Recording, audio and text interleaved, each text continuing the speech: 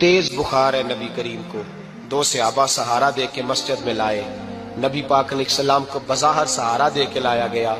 کریم رسول نے لوگوں کو جمع کیا، حضور آج کیا ہونے والا ہے، آج کیا کہا جائے گا، آج کس لیے میٹنگ بلائی ہے؟ نبی کریم کے کل صحابہ جب مسجد میں جمع ہوئے تو کھچا کھچ مسجد بھری ہے۔ وصال ظاہری سے چند یوم پہلے کی بات، نبی پاک نے فرمایا آج تمہیں کوئی جہاد کی ترغیب نہیں دینی، آج کوئی نیا پیغام نہیں دینا، آج تمہیں بتانا ہے کہ رب نے اپنے بندے کو اختیار دیا ہے، چاہے تو دنیا میں رہے، چاہے تو اس کی بارگاہ میں حاضر ہو جائے۔ اس عبد نے بارگاہ ربوبیت کی طرف لوٹنے کا ارادہ کر لیا ہے۔ حضرت صدیق اکبر رونے لگے تو صحابہ نے کہا تمہیں کیا ہوا؟ کہنے لگے سمجھ نہیں رہے، کسی کی بات نہیں کر رہے، نبی پاک تو اپنی بات فرما رہے ہیں، اس نے جانے کا ارادہ کر لیا۔